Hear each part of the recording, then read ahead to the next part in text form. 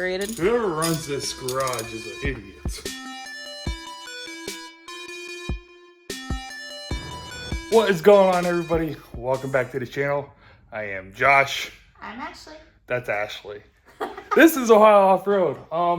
So we are going to take this pile to Moab in 2 weeks. 2 weeks. So we got a lot of work to do. First thing I really want to do is cut down some weight. So yeah, that's going to be an overland rig, but overland. But I still want to do hard stuff in it. I guess hard stuff for what it is. I'm not going to go take this around Pritchett or Coyote Canyon. I'm not going to do that in our overland rig. That's what the blue raisin back there is for. So we aren't going to beat it up. So a couple things I really want to do is get rid of this bumper. Out of here. Yeah.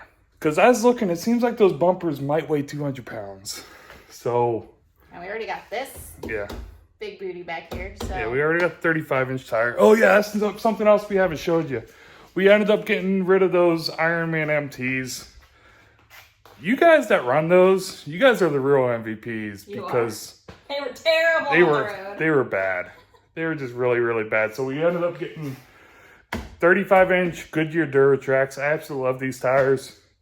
I think it's what, our third set or fourth set we've had. Yeah. So we got those. Pretty pumped. So we have those on, but we have to get this bumper off because it's 200 pounds. And when I say 200 pounds for an overland rig, maybe it doesn't matter to you guys, but that's a cooler. So if I can get 200 pounds out of it and still be able to run a cooler without anything squatting down, we should be better off. So I have to do that and maybe get rid of that steel cable on there, because that's going to be another 15 pounds up front. All right, but let's get to this. Let's get this bumper off and see if we pick up the back end any from taking it off. All right, so before I take this off, I want to see if the rear end comes up any. So we are sitting at right about 40 inches. And that bottom of the fender flare, 40 inches. So we'll see how much it comes up. I bet it comes up about an inch when we take it off. Maybe. So Josh, what do we got to do? I don't know yet. Why don't you know? I think I have to unbolt these. You're the knower of all things. That is way wrong. Looks like there's 2 bolts there. Yeah. I definitely gotta take those bolts out. Mm-hmm. And there's this wire for these lights and the trailer hitch, so I gotta cut that wire or snip whatever it is. It might just be these couple bolts. Oh, probably these bolts too old again. Yeah, those bolts too. Okay, Ashley, 3/4 inch bolts. So Josh was wrong. It's an 18, not a 3/4. I don't have 18s. And what do you know? We can't find our 18s either. We're off to a great start. I figure somebody put the tools away where they belong. You think? That's a little overrated. Whoever runs this garage is an idiot. Good thing it's a personal garage. Right. Break it, Josh, break it without breaking your knuckles.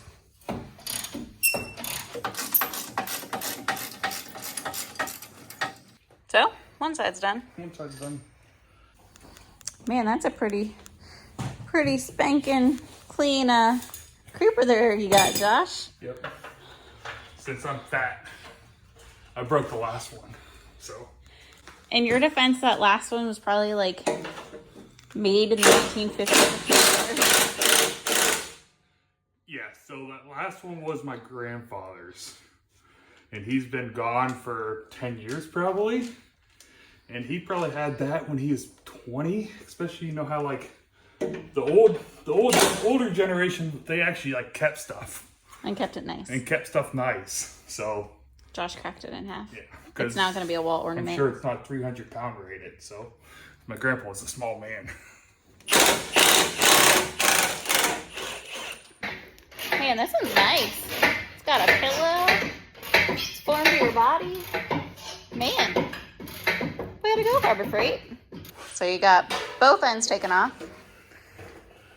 I helped take the spare tire off. And now he's working on those last ones.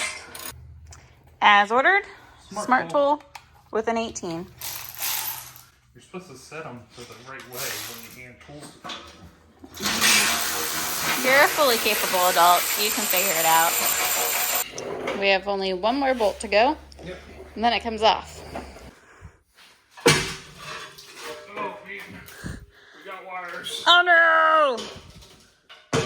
Don't worry. The one attached itself. Yeah, the one unattached itself. That's not good. Those are the wires for the lights. I should have took those off. Yeah, live and learn. Oh. Live and learn. So that's the bumper. It's off. Bumper is off. Does look like it's sitting slightly higher. I'll give it to him. Yeah, pretty heavy. It's probably more than 1,200 pounds then. Yeah, maybe 100 pounds or so. Only 100? Yeah. Yeah. 40? 40 and a half, so we went up a half inch. A half inch. That's good. Yeah, that's pretty good. That definitely brought down a lot of the weight. Now we just got to clean that stuff up. Right. So bumper is off. We attached all the hardware back to it. So whoever is the next lucky owner of that bumper has everything that they need. Right. Right, Josh? Right. And then Josh did a little zip tying job here. That's still the rock crawler in me right there. Instead of just connecting the wires and stuff like that, he just wrapped it around the back body mount. Yeah, so Body mount. this whole wires ran through the frame. The last guy did it that way, and then it's hooked up to the cab. So I might just get 2 lights and stick them here and there. Well, we have 2 lights. Yeah, we have 2 lights, so I Just might don't know where they're at. stick them on there so we still have lights in the back when we're camping. Yeah. All right, so we got that off. Get the spare back on. I'm gonna get a hitch, so I gotta go find one of those. I'm gonna look Facebook Marketplace first, see if I can find one cheap. If not, probably Amazon. Yeah. And the bad thing is, I had one maybe 2 years ago, and I finally sold it. And I was like, oh, I need it back. Put the spare back on, and that's it. I was gonna do those Evo tie-down things like you have on a blue Jeep. Just they're way too much money. They're like $250 or something. So for $250, I would have probably just left that bumper on. So we just get a hitch and So I'm trying to make money, not trying to. put it back in. Guys, this is the weirdest looking tire holder on her. This is another Smittybilt special. So the last owner of this, where we live, there used to be a 4-wheel drive hardware. 4-wheel drive hardware like 30 minutes south of us. So us and Jeff, we all used to go down there every couple of weeks and just kind of walk around and bother the guys, buy a couple of real cheap things. And they shut down probably like 6 years ago. About 4. No, pre-COVID. But So yeah. With where we bought this Jeep at, it was definitely like a 4-wheel drive hardware catalog order. You know, because he had the Smittybilt, high-end Smittybilt bumper. This isn't a high-end tire carrier, but it's a Smittybilt tire carrier. The front bumper. The front bumper is a Smittybilt. So he just had all this Smittybilt stuff on it. All right, we got that bumper off there. I'm sure some of you guys hate the no bumper look, but I'm functionality and I like the no bumper look, especially when you start bashing them off of everything.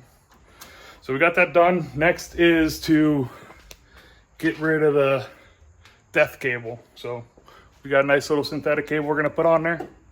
That way nobody gets cut in half. All right. All right, time to take out the metal winch line. Pull, Joshy, pull! Pull! You know what we'll do next time? We'll just park it, hook the other Jeep to it, and just drive it out. That's what we should have done. Live and learn. Figured out an easier way in hindsight. Oh well. Okay. Cord is off. Now all we have to do is get a Phillips screwdriver and get it off. Did you get it? Got it. Phillips screwdriver acquired. It is acquired. Hopefully it just comes off easy. Don't strip it, Josh. No, I probably will.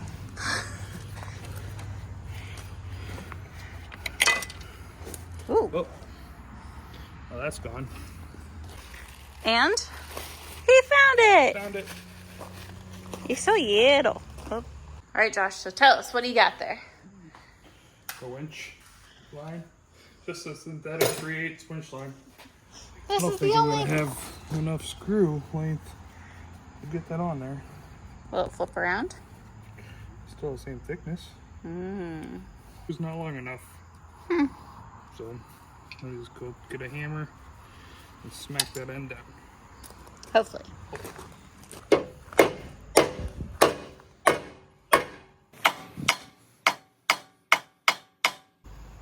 Okay.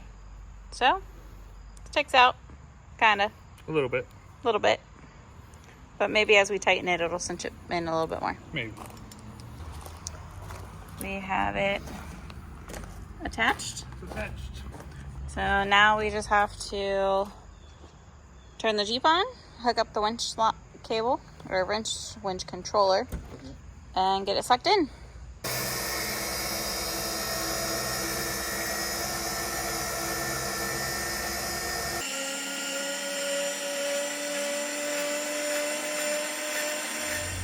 So what I didn't get to record is we got it the winch line mostly all the way on, and in the last little bit we hooked it up to the truck.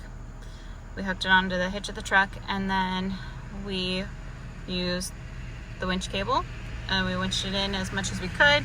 That way we know that the end of the winch line is in there nice and tight. Yep. The winch line is replaced. I think I have a fair lead in there to put on there because we gotta get rid of that steel fair lead thing. So let's go see if we can find that. Okay. Ooh, shiny. Shiny. Shiny. Yeah, that thing's big and bulky. Yeah. I might get a better one another time when I have a little bit more money. Because this one definitely isn't the best. But we're in a time crunch. In a time crunch and a money crunch, how they get better is they get more of a radius on there. So if we compare this to the blue Jeep, you see the radius is a lot bigger. So like the radius is just a lot bigger on that Warren one than this one. So eventually I'll go get a Warren fair lead for this, but this cheap little one should do for Moab. All right. Well, I missed it, but it's off. It's off. That's all you guys have to know is it's off. You don't need to know how much we struggle bust. Nope. It's gonna be the shiniest thing on this Jeep. It will be. It won't be the best. It'll be the tiniest. The prettiest.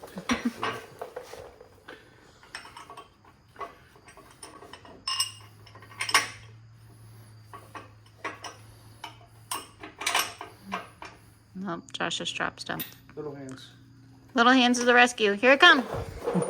So one good thing about actually being mechanically inclined, at least somewhat, way more than what I am, is she has like these little hands. And if you look at mine are like bear mitts. So she's able to get her hands in these little tight spots that I can't. All right, that should do it. It's good and tight now. Guten tight. It's all about good and tight. So that's it. Got the fair lead on, the winch on, I've reinstalled the hook. the hook's on, the rear bumper is off. So I think we're in better shape than what we were. Absolutely.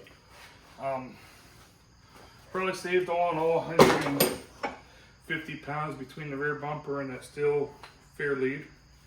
So I really want to get as much weight off of this as I can before we load it up, because it's obviously going to be loaded up for overlanding or camping.